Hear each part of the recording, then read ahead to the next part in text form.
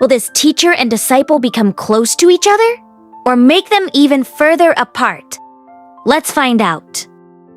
Chapter 9. This venerable one is not an actor. Chu Wanning's tastes were, in short, terrible, dry, tedious, utterly despair-inducing. For example, all the crappy books he'd stuffed on the shelf, a catalog of ancient barriers, an illustrated archive of unusual flora, zither, arrangements of Limyu Rufungsect, plant collections. There were only a few books that counted as acceptable reading material, like a regional travel guide to Sichuan and Sichuan recipes. Moran picked a few of the newer-looking books, ones that Chu Wanning likely wouldn't read often, and doodled a bunch of porn on the pages. There are at least 8,000 if not 10,000 books here, he thought to himself as he drew. Who knows how long it'll take Chu Wanning to discover that a few have been modified into forbidden literature. By then, there would be no way to tell who had done it, and Chu Wanning would be left seething. Moran really was so unbelievably clever. As he thought about this, Moran couldn't help but snicker, and he hugged the books in glee. Moran vandalized more than a dozen books without stopping, letting his imagination run wild and unrestrained. All kinds of erotic scenes manifested under his hand. His brushstrokes were alluring and elegant, the fabrics now clinging to the figures as if just rising out of water, then sweeping as if wind blown. It was all too easy to imagine what rumors would spread if someone were to borrow a book from the Yuhang Elder, and just so happened to pick one of these. The Yuhang Elder is truly a two-faced beast, to insert erotic illustrations of men and women between the pages of the Art of Meditation. The Yuhang Elder is a fraudulent master who hides comics of homosexual obscenity in his sword technique manuals. Beidou Immortal. My ass! He's literally a beast in human clothing! The more Moran thought about it, the funnier it became. At length, he was rolling on the floor with laughter, holding his stomach and kicking his legs indeed. He was so absorbed that he didn't even notice when someone appeared at the library doors. And so, the sight that greeted Shimei as he approached was that of Moran rolling in a pile of books, laughing as if he had gone mad. Moran, what are you doing? Startled, Moran sat up in a hurry, frantically covering all the lewd drawings and putting on a more presentable face. Wiping the floor, Shimei held back a laugh. With your clothes? Ahem. I couldn't find a cleaning rag. Anyway, moving on. What are you doing here so late, Shimei? I couldn't find you in your room, so I asked around, and was told that you were at Shizun's place. Shimei stepped inside the library and helped Moran clean up the books scattered across the floor, a gentle smile on his lips. There wasn't anything else that needed doing, so I came to see you. Moran was both overjoyed and overwhelmed.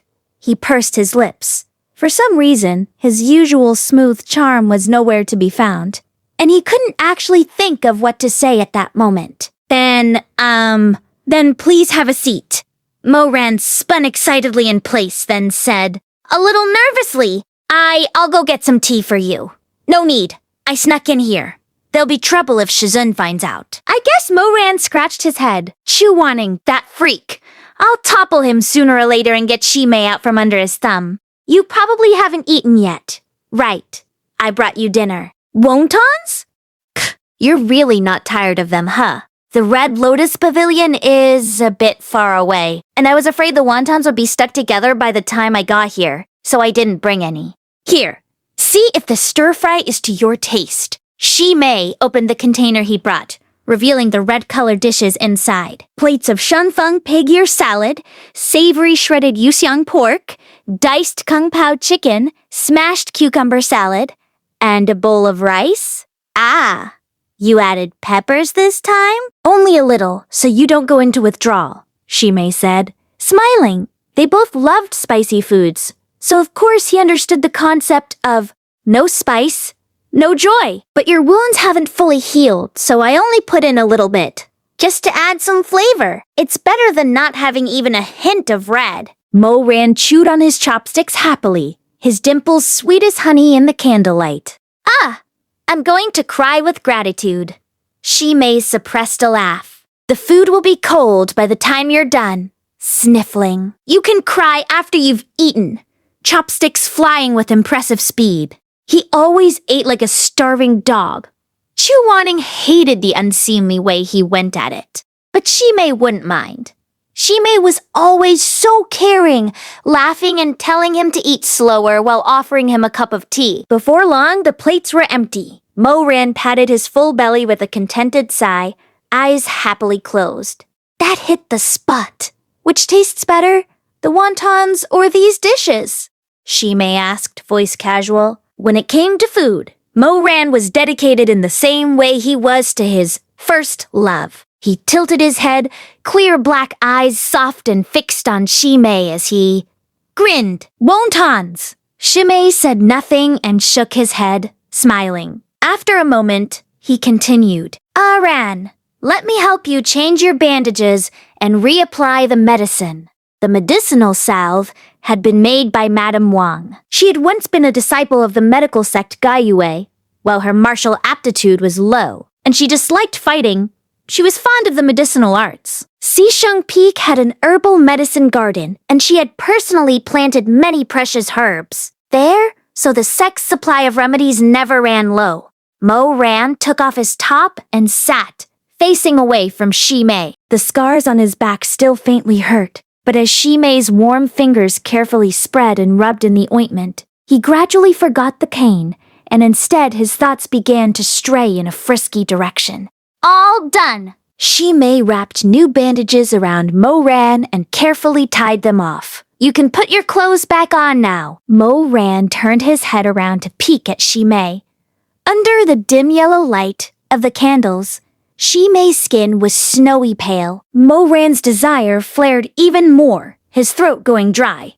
He really didn't want to get dressed. But after a moment of hesitation, he lowered his head and quickly draped his outer robe back over his shoulders. Shimei, The atmosphere was quite good. Moran at first wanted to recite some earth-shakingly romantic lines of poetry, but unfortunately, he was the kind of illiterate who could name his own ruling era something akin to cock. He stumbled over his words for a good while until his face turned red, and he only managed to choke out 3 words. You're really nice. It's just a matter of course. I'm also going to be really nice to you. Moran carefully controlled his tone to be calm, but his palms were sweating nonstop, betraying the stormy waves in his heart. When I become strong, I won't let anyone bully you. Not even Shizun. Shimei didn't know why Moran was saying these things out of the blue. He hesitated for a moment, but still softly replied, All right then. I'll be counting on Aran from now on. Moran mumbled his response but grew increasingly fidgety under Shimei's expressive gaze. He didn't dare to keep looking and so lowered his head. He was always meticulously careful toward this person and determined in his dedication. Shizun asked you to clean all these books and catalog them overnight too. Moran absolutely had to save face in front of the person he liked. I can do it. I've just got to pick up the pace a little. It's not let me help, said Shimei. No way. If Shizun finds out, he'll punish you too, Moran said resolutely. It's getting late. You should go back and get some rest. We have class tomorrow morning. Shimei tugged his hand, laughing softly. Be super quiet. Well, he didn't even get to finish his sentence before an ice-cold voice interrupted. And what exactly are you going to do? Super quietly. While they weren't paying attention, Chu Wanning had come out of the machinery workshop. His expression was frigid and his phoenix eyes were filled with endless frost. He stared at them from where he stood at the door to the library, wearing a thin layer of white robes, no emotion on his face. For a moment, his gaze paused on their clasped hands before moving away. Shi, Mingjing, Mo Weiyu, you've got some nerve. Shimei's face paled instantly, and he abruptly let go of Moran's hand. Shizun, he said in a small voice. Moran also recognized that the situation was bad and lowered his head. Shizun. Chu Wanning stepped into the library, ignoring Moran to look down instead at Shimei, who was kneeling on the floor. There are barriers set throughout the Red Lotus Pavilion, he said coolly. Did you really think I wouldn't know if someone came in unannounced? Shimei lowered his head to the floor, frightened. This disciple was wrong. Moran panicked. Shizun, Shimei just came by to help me change my bandages. He was just about to leave. Please don't scold him. Shizun, this has nothing to do with Moshidi. This disciple was wrong and is willing to accept his punishment. Chu Wanning was silent as his face started to turn blue. He'd barely even said anything, and already these two were hurrying to cover for one another, as if he was some kind of scourge against whom they had to band together. Chu Wanning remained silent for a while, suppressing the twitch of his eyebrows with some difficulty. Such compassion between fellow disciples. How touching, he said in a detached manner. Looks like I'm the villain here then. Shizun, said Moran. Don't speak to me.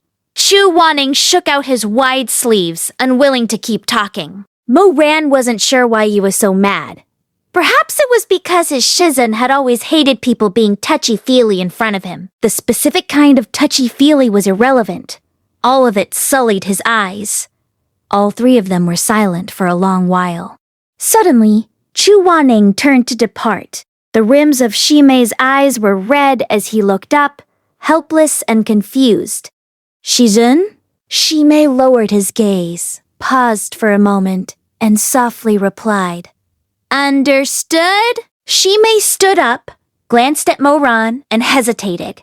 After a long while, he knelt back down to plead with Chu Wanning. Shizun Moshidi's injuries have only just healed. It might be bold of this disciple to ask, but please go easy on him. Chu Wanning stood alone under the lantern's flickering candlelight and didn't respond. After a while, and without warning, he turned his head toward them.